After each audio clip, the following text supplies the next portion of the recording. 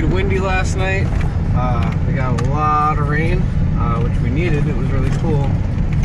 But we're going to the post office to pick up a package right now because they tried to deliver it yesterday. It was raining. They couldn't deliver it to our mailbox because they didn't want to leave it out in the rain.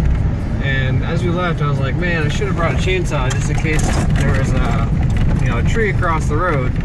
And sure enough, we did get to the bottom of the road where we used to park last winter, and there's a giant tree across the road. So we had to turn around and go get the chainsaw. So we're gonna have to cut it up to get out of our road. So, oh, hey, gross. And that's just how it is when you're the only one on the road. You're the only one that's gonna cut up the tree if you want to get out. So yeah, there's basically us and another old timer on the road right now. But he leaves like once a week. So we leave a little bit more often than that because we gotta make hardware store runs and stuff like that. So there always seems to be something that I didn't get at the hardware store. that's just how it is when you're building a house. So here is the tree. And that's where it fell from. Some pieces. And we come down that hill right there to go up this hill. So, free firewood for next year.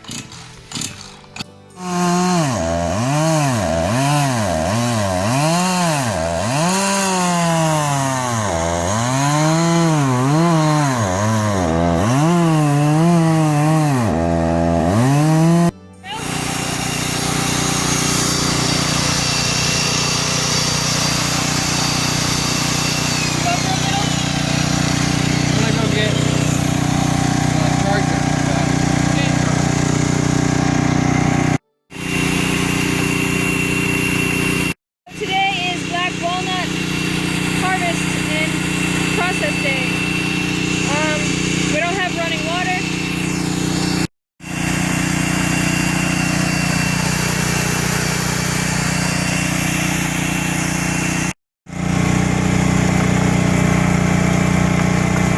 Okay. Doing a black walnut processing day. Pour it off. The chickens and ducks are around because there's little maggots that'll hide in the holes, so they're getting all their protein. Yeah, it's basically a few minutes with a paint mixer and some kind of sieve and a bunch of buckets. So we put the nuts in a bucket with some water and spend a few minutes with the paint mixer, and what it does is bashes all the nuts, which have really hard shells. Bashes them all against each other, against the sides of the bucket, in the paint mixer, and takes the hulls off. This is the best way we found to process. I mean, sometimes we do some by hand, sitting by the fire, but the amount that we save for winter... Right, we've learned it from... We can't. There's a couple of our YouTube buddies, Edible Acres, showed us this via YouTube, and it's... You do this every season now. Yeah, it really works. I mean, if you do it by hand, your hands end up like this. Yeah, like that. You can see. And I get weird looks at the grocery store, but I don't care. I know I have stored protein and fats for winter, the healthiest you can get. Right, so the fat from these nuts isn't rancid like shelled nuts. Even if you get shelled nuts at like a grocery store or even like a health food store, they're shelled, so the fat that is the natural fat that's stored in the nut is going rancid in a couple days time after shelling. So, which is actually more toxic for your body. We can't process that properly, so right, it's not good for you. They're like anti-nutrients. Yeah, so then we pick them out by hand, and that is what your fingers will look like, but who cares, it'll wear off. It wears off in about a week or two. And all these little baby chicks and chickens picking up maggots. It's a great process. We do recommend doing it somewhere where you don't mind killing off maybe a little piece of grass, because it does have juglans in it. Yeah, so black walnuts, the hulls, the roots even put off juglone, which is a natural form of herbicide. They won't kill it off forever. We've done this before. Our grass grows back. Pawpaws don't mind it. Yeah, so if you've got a pawpaw orchard, dump it there. Dump it there. But we don't mind. We'd rather have food than a lawn anyways. Not that we do, but they're little baby chicks. So, we got a squirrel in the house because 70 degrees, you had to leave the door open. Well, we have the nuts. I didn't think anything of it. It's after our black walnuts. I'm so scared. Oh. Don't grab it. You don't want to get bit. I want to try to shoot it. Come on, it's okay. Like, you want to fight me? It's going to like jump out at me. It's like pop. Don't let it. It might bite you. It's going to like jump out at me and try to jump in my face and kill me. Be careful. What the fuck? Oh my god! It was like. So Michael is working on some floorboards right now. Yes. Some of these we had to sand down and rip down, so there'd be a uniform. We had to sand all of them down. Yeah, we had to sand all of them down. Some of them we had to sand down to be, rip down to be a uniform width. And since our floor was built with rough cut lumber, it's pretty wavy in spots. A good way to do it, what I should have done, but I didn't feel like taking the time to do, was measure the actual thickness or width of every floor joist, and then started from one side and made them slope gradually, you know what I mean? So like instead of the floor moving every 24 inches, being a different height, it would be, that same change kind of all the way down. I don't know if you know what I'm talking about. It'd be like a wedge kind of, so the floor would slope gradually instead of sloping every 24 inches. But I didn't do that. So now we have a kind of a lumpy floor, but that's okay. I really don't mind, so. Yeah. If I don't mind and you don't mind, that's all that matters. Right. So now I'm paying for it now, but that's okay. So yeah, we're gonna do boards going this way, and then when we get to the kitchen, we're gonna go that way just to break it up a bit. It still looks like a construction site in here.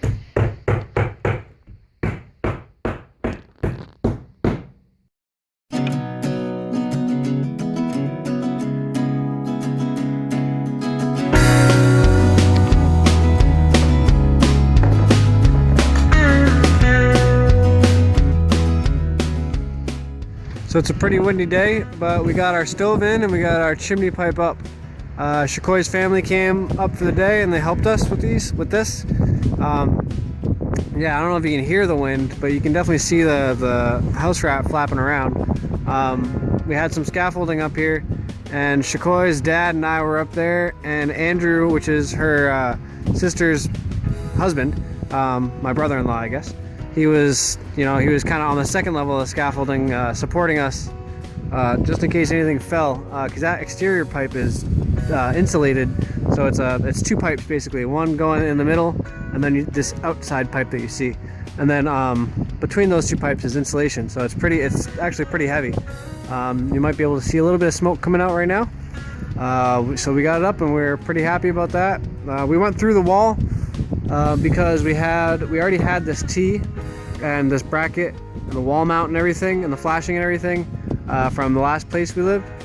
We had to buy that to go through the wall of the yurt that we were living in, and we also didn't want to put a hole in the roof. It just didn't make a sense to us at all, really, to put a hole in the roof other than the holes for the screws. So we're pretty happy about that because cold temperatures are supposed to be coming real soon. So like I was saying, we got our stove in. It's a Fisher Mama Bear. We got it for free. All we needed to do was sand it a little bit and give it a coat of stove black. It even came with those cute little feet. Yeah, and we just had to buy some interior chimney pipe to go up through the wall. The flashing we already had, and we don't have a heat shield behind this yet, but we're just gonna put a nice piece of like semi-rusty roofing, and that'll help. But we don't really need to do it until there's insulation back there. We haven't decided what we're gonna do for paneling yet, or not paneling, but interior sheathing yet. But that's to come. Shakoi's cooking up some chicken soup. Yeah, so this is a pretty cool stove. It's bigger than the last one that we had. We haven't really figured out how to hold fires in here overnight yet without cooking ourselves. Let me show them something. Look at those potatoes, man. Purple potatoes. Wait a minute, let me get a focus on it. Yeah, look at that. Oh yeah. Anyhow, yeah, so these are like the air intakes. You can open them quite a bit, and you can also close them quite a bit. We're burning pretty, like, scrap wood and some cedar right now, because it's still not winter yet. It's, yeah, no, it's late October, something like that. We got that little thermometer here too, so that tells us if we're burning creosote or not. Yeah, we're able to put a fire in here overnight, but we haven't figured out how to keep the fire going throughout it's been warm too, not warm, but like 40s and 50s. So we haven't figured out how to really bank the fire, get enough coals in here for an overnight fire, to put a giant piece on and kind of put an intentional smolder in here without cooking us in the loft. So heat rises and our ceiling is pretty well insulated. So the loft gets pretty hot. So oftentimes we've got to crack a window, which is fine. But we just got to figure out this giant stove and figure out how best to manage it. But I'm sure it won't be a problem once it starts to get really cold. This hearth pad's pretty cool. We had that for a few years. It's probably Vermont slate. There's little holes from where it was on a roof, so that's pretty cool. Yeah, stove. So it's a gorgeous day, but we woke up to a little coating of snow on the ground, which kind of gave us a kick in the butt. And the goats have been staying here. No shelter really, just a umbrella to keep them out of the rain. And we had a piece of roofing up to block some wind. So we figured we have so much cedar, why not build them a little temporary shelter for this winter. Next winter we'll build them a barn. But these are all just cedar logs. So we decided to do a little bush shelter for right now. Basically it's just some cedar posts and some cross bracing right now. Really thin, like 1x stuff, just cut off from boards. And yeah, as long as it's pretty solid, isn't going to blow down, and there's minimal drafts for them, I think that they'll be all right. Goats are pretty hardy creatures. I mean, they come from like the Swiss Alps and stuff like that. So I think they'll be all right as long as there's no drafts for the kids when they come. I think that's like the big thing that people worry about, because they can handle cold, but where they're supposed to be warm, if there's cold air drafting in, I think that's what can kill a kid. So we have some recycled roofing that we have. We're gonna sheet the top. We were thinking of just putting some scrap plywood, but we're thinking that we might put the roofing completely around the sides and then build like a little half door so that in the winter they can come out, and then maybe build a little manger, goat feeder on the other side, because goats really waste a lot of hay. So yeah, that's our project. Have to build a feeder for them.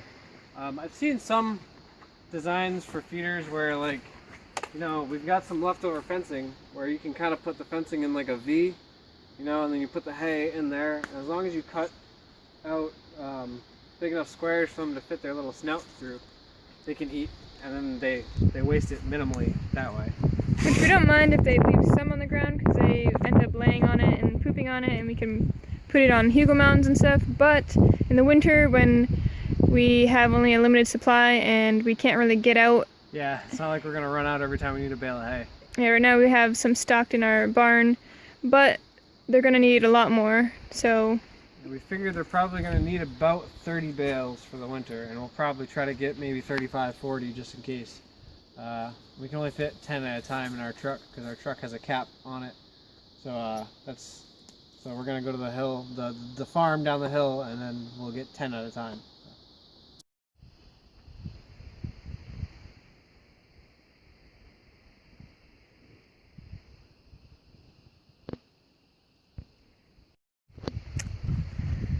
So Michael is bringing some more bracing. We're gonna screw down the little rafters. And then we're gonna put the roof on it. And we can sleep under a roof tonight instead of an umbrella. Yeah, sometimes the buck gets a little pissed off and he'll attack the umbrella. I don't know why. Maybe it's a toy to him. But this is our second umbrella. Hopefully the last.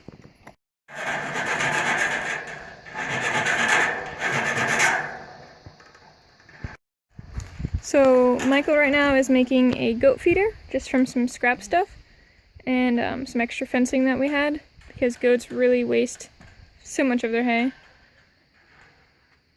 Yeah, so the idea is it'll be kind of like a trough. You know, I'll cut some of these grids out so their little snouts can fit in there, and hopefully try to file down some of the pointies so they don't cut themselves.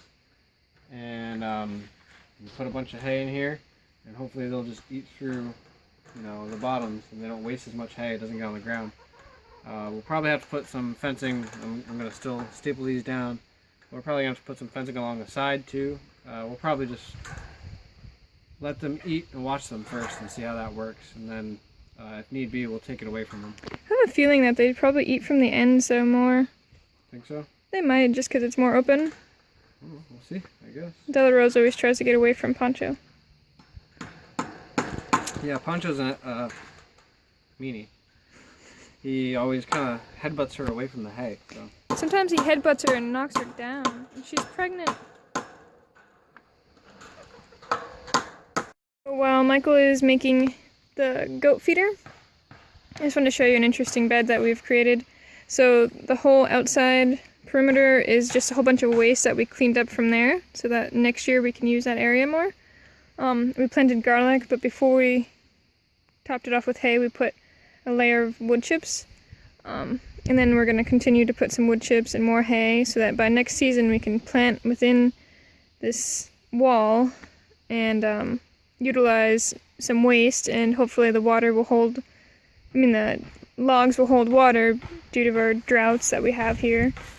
So yeah, we're utilizing what the land has to offer and waste material. This is all moldy hay anyways. You can see it, so it's not really good for anything besides mulching and creating topsoil.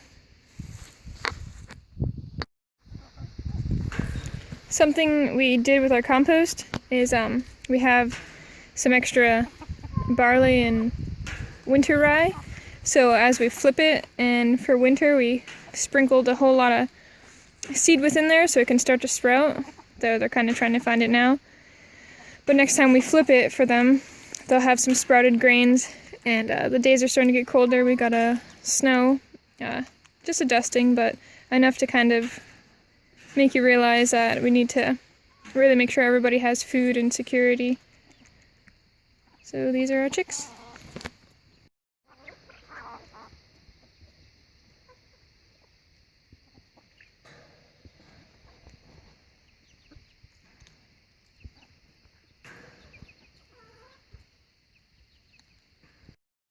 So, we wanted to side our goat barn, goat shed, goat shelter.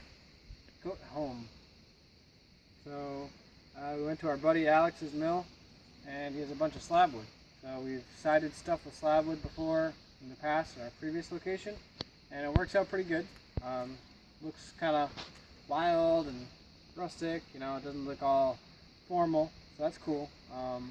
Especially considering that our goat shelter is made out of cedar trees anyway. So we'll just side it with some pine and hemlock trees. We're going to take this stuff down there right now. If you guys are interested in slab wood, you can always contact your local sawmills, and they're almost willing to give it away or give it for very cheap. Yeah, there's a sawmill near us that sells 3 tons for $30, but then you gotta find somebody to deliver it. So. And for us, we have friends that have sawmills, so we're kind of helping them out, helping them clean it up and not have to find somebody to take it, so we don't mind. But there's always options for you guys.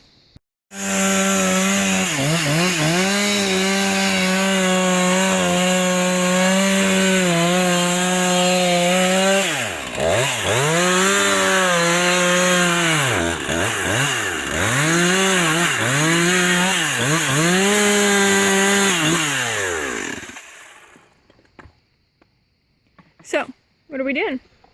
Putting some siding up on our little goat shelter. So earlier we talked about how our friend Alex, he has a sawmill and he has slab wood and it's free. So we went and picked some up while we're in town. And we are getting the goats closed in. And this is a completely free shelter. It's not going to be a forever home. Yeah, we got the roofing for free. We got all the cedar for free. I don't know where else we would have found it. Got a bunch of it. Even the nails were gifted to us by a friend. Yeah, exactly. And the slab wood. So you guys were talking about how we don't make footage of when we're doing things. So now we're making footage of when we do stuff. Thanks, Jerry. I think his name was Jerry, for the YouTube channel tip, man. So I hope this makes you happy in a good way. Yeah, well, you know, it's cool because, like, I'm more of a fan of, like, building stuff with dimensional lumber and making it look pretty and all that stuff. And Shikoi's like, no, we don't need to do that. You got all this wild material. Yeah, and it doesn't mean it doesn't look pretty, because, I mean... It's functional, though. I mean, we're not living in it. And, you know, it's less work, less stuff had to go into it. Right. And we can get really creative with it, and like we did here, we can find beautiful curved pieces of wood that are just going to be, you know, kind of left in the woods because you can't really do much else with it besides burn it. Those are structural too, because those are helping the, it's basically bracing for, you know, this way. So.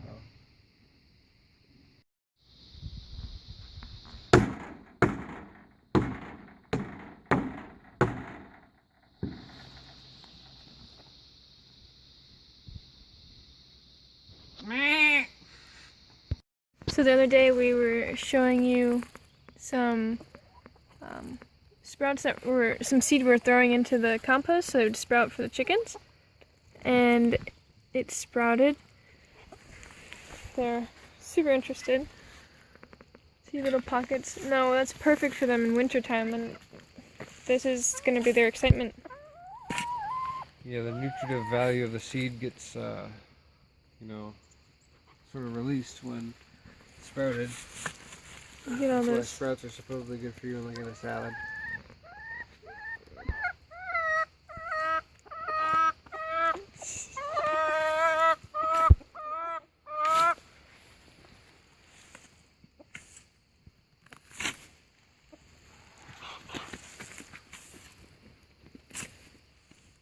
Ducks make great compost workers too. Many people think it's just chickens, but ducks, they get eyes deep in the compost pile and they turn it and they kick it too a little.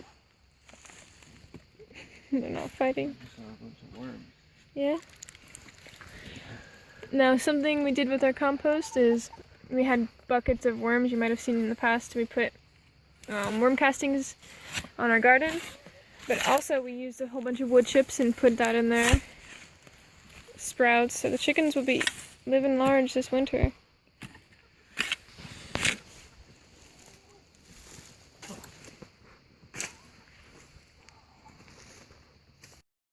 So, in part 2 of our free goat shelter saga, we're putting a plexiglass window in.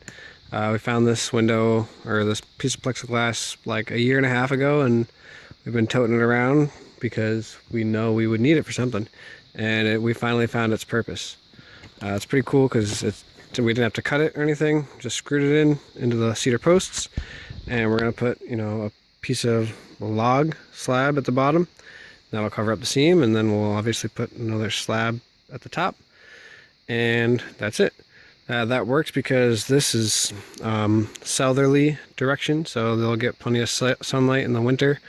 Hopefully, it'll give them a little, you know, place to be if it's too cold out, but the sun's shining. You know, it's kind of the same concept with our house up there, except these trees get in the way. So as nice as they are, they're probably going to come down because, you know, there's a bunch of other trees. We'll discuss this in a later video, but a lot of these trees fall this way.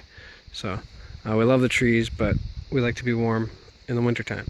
So we're gonna start putting some more siding on this and put some along the back. And we're supposed to get snow, what, this weekend? This weekend or next weekend. There's a guy who has a camp down the road. He stops by every once in a while, and he said they were supposed to get some snow this weekend or next weekend. So we want to get it closed in so that they're at least sheltered from that. Right. But they can't take it, but I'd like to be, so I'm sure they would. Right. So the sooner we get that third side on, the closer we'll be to finishing. There's also going to be one other post here in the middle, so there'll be a door right here, and then this will be all, you know, all closed off.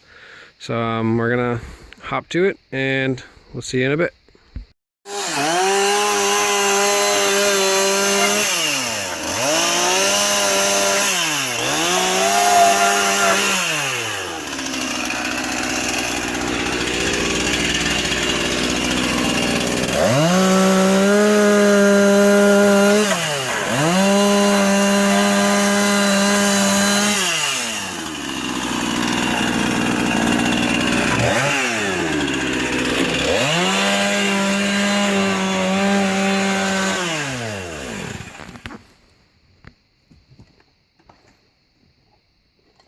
Yeehaw.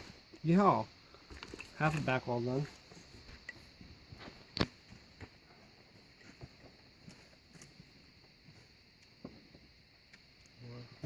So this is that piece of plexiglass. And we're just using extra pieces that we had hanging around. Who's Polly?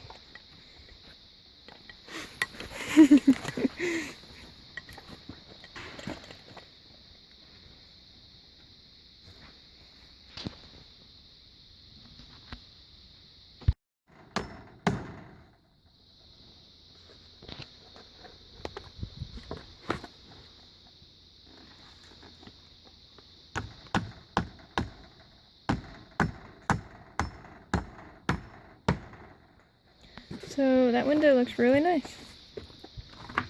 And one of the reasons we didn't put an actual glass window in is because our buck. We have a pretty aggressive buck, so I don't want him to like decide to go all derpy one day and, you know, smash the glass window. He has a pretty big set of horns too, so. But he's not like too aggressive, but he can flare his head around a bit. A bit too much. Yeah, and I'm able to stand and still have some space. Yeah, so that's good when we're cleaning out the pen. You know, we don't have to like go through a goat-sized door to get the hay, because we've done that before. And it sucks. I've smacked my head way too many times. Yeah. So, on to the next. Yeah, next we're gonna get some boards up on the front. We don't have boards, but Shikoi doesn't want to cover up these little braces, so I guess we're gonna probably just sheath it from the inside to the inside, you know, so it'll be like this, but you can still see the outside of the frame, I guess. So.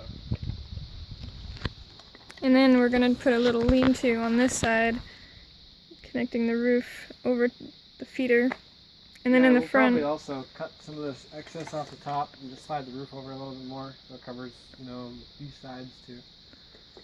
yeah, but this has all been free and just kind of fun for us, because yeah, we're just kind of figuring it out as we go. Yeah, we built the house all summer. Now we can actually use some wild material and just kind of have some creative flow. Right. And use up scrap stuff that we have around, which is really nice. What y'all think?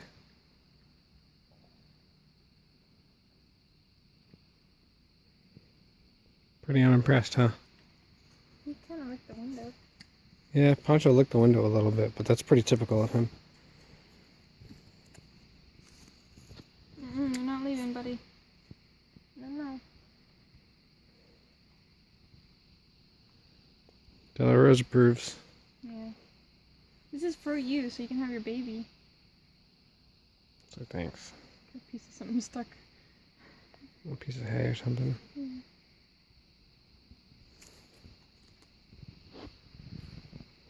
Go build our little hunting hut. Yeah. Alright, let's get out. So we are in our woods, and we're making a little shack for hunting, but we're also cleaning up as we do it. So we've been working at this for a little while, and we enjoy doing this stuff. We made this doorway. There's enough room for Michael and I to sit, and we have perfect sight of that field for hunting.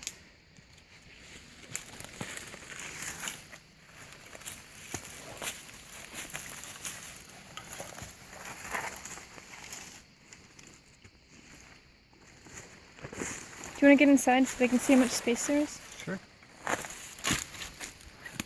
So there's enough space for Michael and I. We're still putting a lot more sticks here and covering up the top. Yeah, we'll probably cover up here too. Yep. But we're utilizing what nature has, and hopefully we can get ourselves a deer.